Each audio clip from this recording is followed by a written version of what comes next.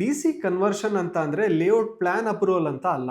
D ಸಿಗೆ layout plan approval ಕೊಡೋದಕ್ಕೆ ಯಾವುದೇ ರೀತಿ ಅಧಿಕಾರ ಕೂಡ ಇರೋದಿಲ್ಲ. ಆ ಡಿ ಸಿ ಕನ್ವರ್ಷನ್ ಕೂಡ ಕ್ಯಾನ್ಸಲ್ ಆಗೋ ಚಾನ್ಸ್ ಇರುತ್ತೆ. ಅನಧಿಕೃತ ಬಿಲ್ಡಿಂಗ್ಸ್ ಗಳನ್ನ ಡೆಮಾಲಿಷನ್ ಕೂಡ ಮಾಡ್ತಾರೆ. ಆ ಜಮೀನಿನ ಓನರ್ ನೇರವಾಗಿ ಕ್ರಿಮಿನಲ್ ಕೇಸ್ ದಾಖಲಾಗುತ್ತದೆ. ಒಂದು ಲೇಔಟ್ಗೆ ಡಿ ಸಿ ಕನ್ವರ್ಷನ್ ಮಾತ್ರ ಇದ್ರೆ ಅಪ್ರೂವ್ಡ್ ಲೇಔಟ್ ಅಂತ ಅರ್ಥನಾ? ಡೆವಲಪರ್ ಹೇಳೋ ಪ್ರಕಾರ GPA ಮಾಡ್ಕೊಳ್ಳಿ, ಆಮೇಲೆ ಅಪ್ರೂವಲ್ ಬರುತ್ತೆ, ಈ ಖಾತಾ ಬರುತ್ತೆ ಅಂತ ಹೇಳ್ತಾರೆ. ಆದರೆ ನಿಜಕ್ಕೂ ಡಿ ಸಿ ಕನ್ವರ್ಷನ್ ಮಾತ್ರ ಇರೋ ಲೇಔಟಲ್ಲಿ ಸೈಟ್ಸ್ನ ತಗೊಳ್ಬೋದಾ? ಒಂದೇ ಒಂದು ತಪ್ಪು ಡಿಸಿಷನ್ ನಿಮ್ಮ ಲಕ್ಷಾಂತರ ರೂಪಾಯಿ ದುಡ್ಡನ್ನ ನಷ್ಟ ಮಾಡ್ಬೋದು. ಮುಂದೆ ಈ ಖಾತಾ ಸಿಗದೆ ಇರ್ಬೋದು, ಬಿಲ್ಡಿಂಗ್ ಪ್ಲಾನ್ ಅಪ್ರೂವಲ್ ಸಿಗದೆ ಇರ್ಬೋದು, ಹಾಗೆ ಆ ಪ್ರಾಪರ್ಟೀಸ್ಗೆ ಲೋನು ಕೂಡ ಆಗದೆ ಇರ್ಬೋದು. ಇವತ್ತು ಈ ವಿಡಿಯೋದಲ್ಲಿ ನಿಮಗೆ ಡಿ ಸಿ ಕನ್ವರ್ಷನ್ ಅಂದರೆ ಏನು, ಅಪ್ರೂವ್ಡ್ ಲೇಔಟ್ಸ್ ಅಂತ ಅಂದರೆ ಏನು, ಡಿ ಸಿ ಕನ್ವರ್ಷನ್ ಸೈಟ್ಸ್ನ ತಗೊಳ್ಳೋದಕ್ಕೂ ಮುಂಚೆ ಯಾವ ಡಾಕ್ಯುಮೆಂಟ್ಸ್ನ ಚೆಕ್ ಮಾಡಬೇಕು ಅನ್ನೋದನ್ನು ಸಿಂಪಲ್ ಆ್ಯಂಡ್ ಈಸಿಯಾಗಿ ಎಕ್ಸ್ಪ್ಲೈನ್ ಮಾಡ್ತೀನಿ. ಈ ವಿಡಿಯೋನ ಕೊನೆವರೆಗೂ ನೋಡಿ, ಯಾಕಂದರೆ ಬಹಳಷ್ಟು ಜನಕ್ಕೆ ಗೊತ್ತಿರೋದ ಒಂದು ಇಂಪಾರ್ಟೆಂಟ್ ರೂಲ್ನ ಲಾಸ್ಟಲ್ಲಿ ಹೇಳ್ತೀನಿ. ನಮಸ್ಕಾರ, ಇನ್ಸ್ಟಾಭೂಮಿಗೆ ಸ್ವಾಗತ. ನೀವೇನಾದರೂ ಬೆಂಗಳೂರು ಅಥವಾ ಬೆಂಗಳೂರು ಸರೌಂಡಿಂಗ್ ಸೈಟ್, ಮನೆ ಅಥವಾ ಫ್ಲ್ಯಾಟ್ ಪರ್ಚೇಸ್ ಮಾಡ್ತಾ ಇದ್ದೀರಾ ಅಂತ ಅಂದರೆ ಇನ್ಸ್ಟಾಭೂಮಿ ಟೀಮ್ ಮುಖಾಂತರ ಡಾಕ್ಯುಮೆಂಟ್ ಸ್ಕ್ರೂಟ್ನಿ, ಅಗ್ರಿಮೆಂಟ್ ಡ್ರಾಫ್ಟಿಂಗ್ ಹಾಗೆ ರಿಜಿಸ್ಟ್ರೇಷನ್ ಸಪೋರ್ಟ್ನ ತಗೊಳ್ಬೋದು.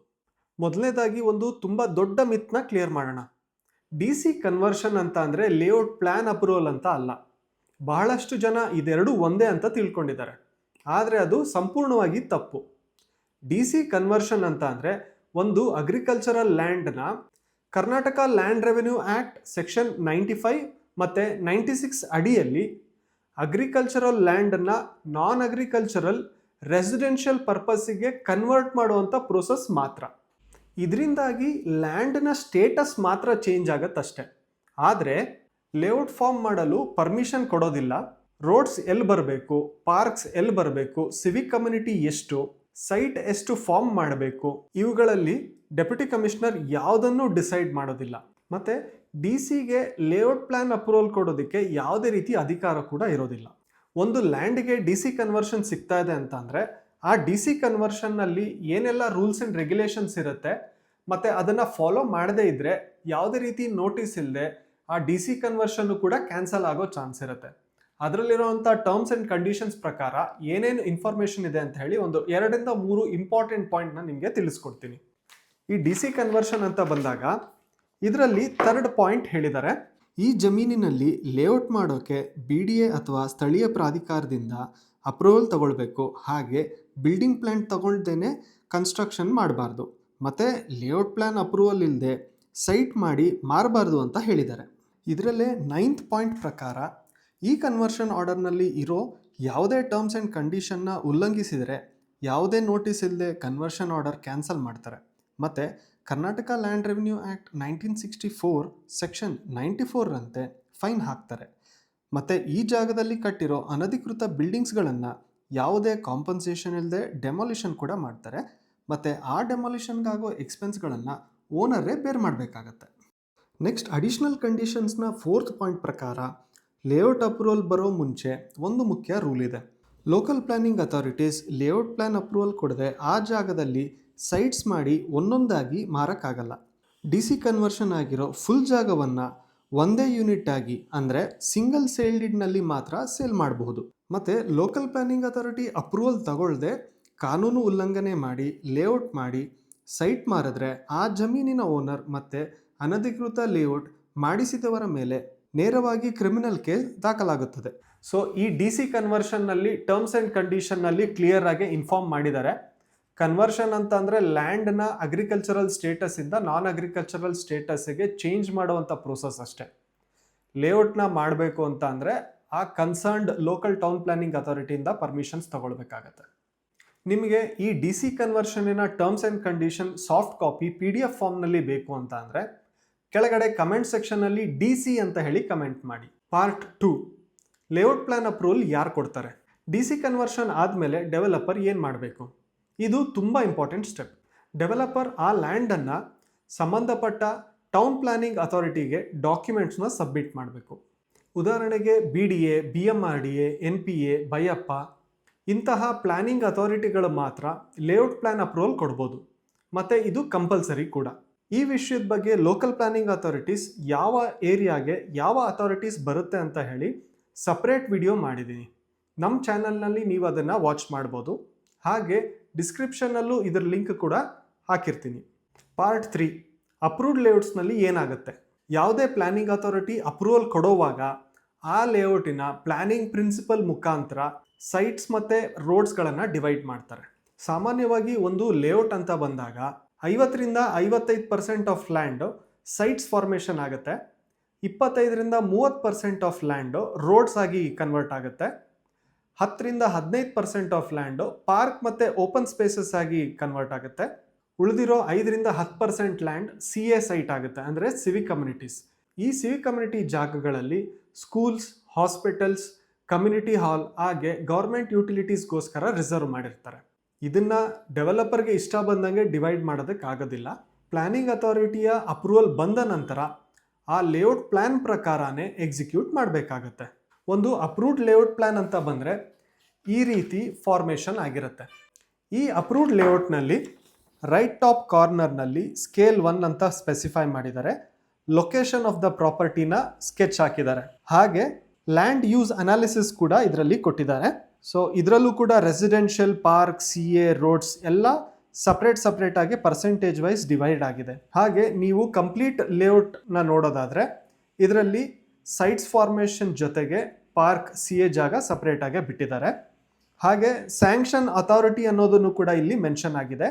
ಸೀಲ್ ಆ್ಯಂಡ್ ಸಿಗ್ನೇಚರ್ ಜೊತೆಗೆ ಇದರಲ್ಲಿ ಟೈಮ್ ಲೈನ್ ಬಗ್ಗೆನೂ ಕೂಡ ಇನ್ಫಾರ್ಮ್ ಮಾಡಿದ್ದಾರೆ. ಸೊ ಒಂದು DC ಕನ್ವರ್ಷನ್ ಆಗಿರುವಂತಹ ಅಪ್ರೂವ್ಡ್ ಲೇಔಟ್ ಮ್ಯಾಪ್ ಅಂದರೆ ಈ ರೀತಿ ಇರುತ್ತೆ. ಪಾರ್ಟ್ 4, ಪ್ರಿಲಿಮಿನರಿ ಅಪ್ರೂವಲ್ ಮತ್ತು ಫೈನಲ್ ಅಪ್ರೂವಲ್. ಇನ್ನೊಂದು ತುಂಬ ಇಂಪಾರ್ಟೆಂಟ್ ಕ್ಯಾಚ್ ಇದೆ. ಒಂದು ಪ್ಲಾನಿಂಗ್ ಅಥಾರಿಟಿ ಅಂತ ಅಂದರೆ ಒಂದೇ ದಿವಸದಲ್ಲಿ ಫೈನಲ್ ಪ್ಲ್ಯಾನ್ ಅಪ್ರೂವಲ್ ಕೊಟ್ಬಿಡೋದಿಲ್ಲ. ಮೊದಲಿಗೆ ಪ್ರಿಲಿಮಿನರಿ ಲೇಔಟ್ ಪ್ಲ್ಯಾನ್ ಅಪ್ರೂವಲ್ ಮಾತ್ರ ಕೊಡ್ತಾರೆ.